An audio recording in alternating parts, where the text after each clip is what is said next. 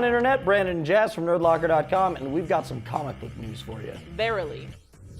So back in 2000, Nicolas Cage's copy of Action Comics #1 was stolen from him. Which is a tragic thing to hear. I would cry forever if I lost my So would I. Well, Luckily, in 2011, it actually got recovered and returned to him. So, which is so cool. But that's really awesome. Robert Ben Grant and Thomas Lennon from Reno 911 fame. And they also wrote Night at the Museum. I believe both of them. So I believe so too. They're pretty good at writing movies. They took this idea and kind of wrote an imagining for how they thought the story happened into an awesome movie called Action 1, or Action #1. Yes, and it's actually, it just got picked up by Lionsgate. The cool part is they wrote the part of Nicolas Cage for him as Nicolas Cage, so he'd be playing himself, it'd be really cool. The bad part is he decided that he doesn't want anything to do with this movie. Which is lame! Yeah, it's like a So cool lame. movie that's surrounding you, and it's like based off of you, and you decide not to do it. You could have fun with it. Think about how many people have played themselves in things. I think he's a cool guy. You could totally do a great job as it, but no, everyone would think you're an awesome guy after that. But no, he's going to make Bangkok Dangerous too. Can't win them all. Whatever. But one name has surfaced a little bit, which means somebody probably just mentioned it one time. Yeah, it may or may not. They said it may or may not be attached to this movie, which means probably not. Probably not. But Jason Statham's name came up a couple times. I, of course, assumed that he'd be playing the Nicolas Cage-ish role. Yeah. I would hope he plays someone else. But really, Nicolas Cage, Jason Statham. What if he's the guy stealing the comic? That'd be awesome. That would be cool. But like Nicolas Cage has security guards, and he just comes in and the guy they steal it from, but he's like a uber big like MMA dude that's also a nerd, and that's like his like fortress. Like he could be the antagonist in a different way. Not Nicolas Cage. I want to see him. But I also imagine Nicolas Cage having like henchmen and stuff, like that's guarding what I his mean. comic So books, and maybe like some dude just beat them all up. That'd be kind of cool. So that would be cool too. Either way, I think this is an awesome idea for a movie. I can't wait to see this happen. Hope Nicolas Cage comes on it, but whatever. But let us know what you guys think in the comments below. So the good news is that the director of Chronicle has been approached to do a Venom movie. Just approached. He actually has gone on to say that he doesn't really have the time to film the movie, and he actually has a bunch of other projects he wants to work on. Plus, Sony Pictures doesn't even have a script or a writer for the film. They did, but they scrapped them both. This has been a long time coming. We've been hearing about Venom a lot.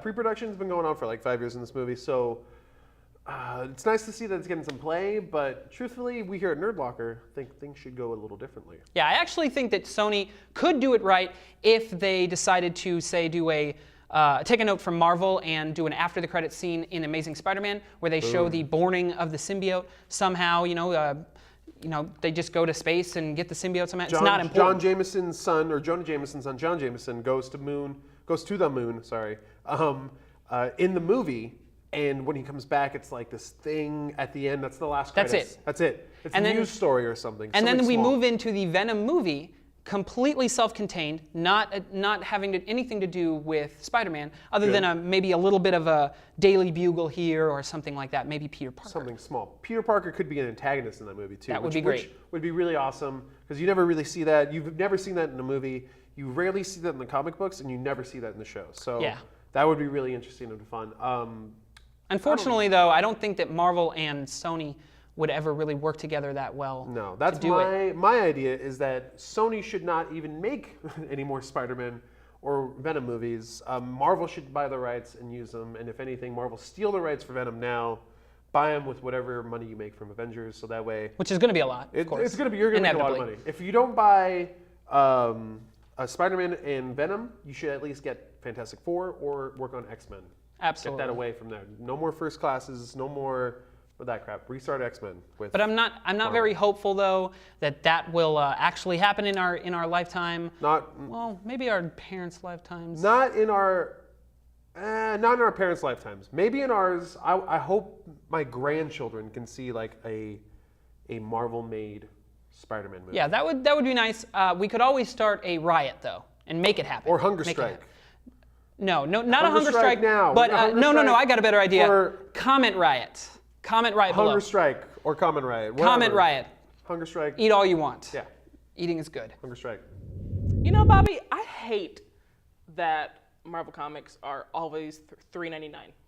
It's true. I hate it as well. The one thing that they did do to try and ease our frustrations last year was announce that all new titles would be $2.99, And which then they ended up weren't. being a complete lie. Fibbers. Yeah. But now they are trying to make us feel a little bit better.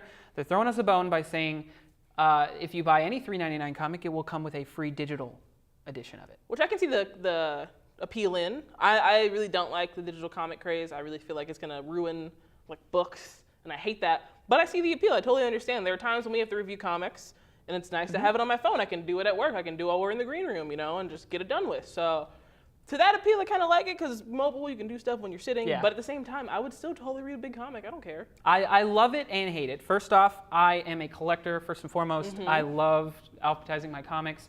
You can't do that with digital Taping 'em. comics.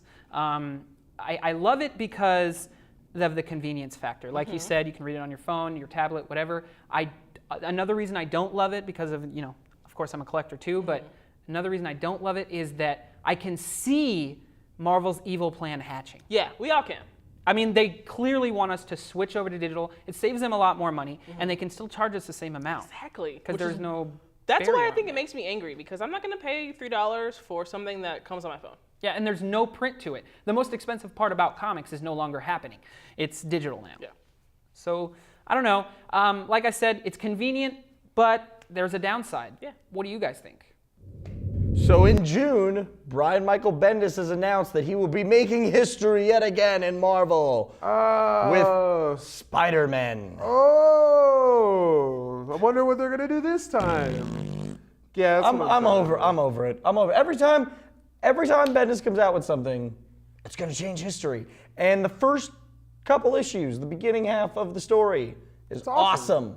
Yeah, it's great. Everything He's a else- great storyteller, and Brian Michael Bendis can write a mean comic book, and he can do things just that can't end it. that other people can't, but he can't stop. He just goes, Brian Michael Bendis is the juggernaut of Marvel Comics. He's the juggernaut of comic books. He just Or once keeps he gets going. going, he keeps going. and it's like you're done. It's a great. I mean, I love the guy. I really appreciate everything he's done for comic books. Me too. But how many Enough's enough. times can you do a storyline that's so epic it's going to change everything? Yeah. He's done it so many times that the Marvel Universe isn't the same as it used to be. Yeah. Plus, you've made Spider- history. History has been made with your pen, Brian Michael Bendis. Exactly. Many times before. Don't wear yourself out here. But back to the story, Spider-Man. Not a lot is known about it right now. Obviously, they want to keep it hidden. But really, what can they do Well, with it makes me think it'll involve the Ultimate Universe because like a Bendis is crossover writing between it. the two. I think that I've read that ever seen Spider-Man come up, they're like, oh, is Peter Parker going to go into the Ultimate Universe? the most Or is obvious, Miles going to like, go thing. into the...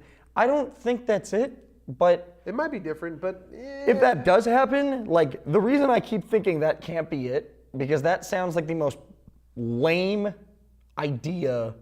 there's no reason for them to meet up. Why? What are There's we no going to do? reason. Oh, you need to save the Aunt May from the Ultimate Universe. Who cares? So then Aunt May gets all screwed up that she sees her grown son who's dead? Yeah. Oh, cool, you're a Nephew. grown man somewhere else? Nephew. Like, nephew? That's what I meant. Whatever, It's I don't know. I'm But, really not excited for this. This is kind of like one of the more underwhelming, unexciting Marvel what stories if, I've heard what in a if while. it turns out what if they clone Peter Parker? Did that. Yeah, they did. What if Aunt May gets killed? Did that. What if they make like a blonde Peter Parker?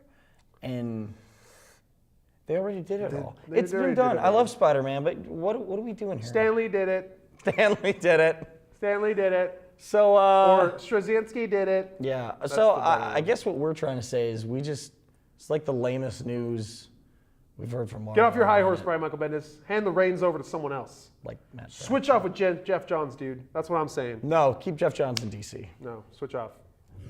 All right, that's going to do it for comic book news this week. But until next week, be sure to check us out on Twitter, Facebook, YouTube, and nerdlocker.com for all your nerdy news. I'm Jasmine. I'm Brandon, and we'll see you next week for even more comic book news.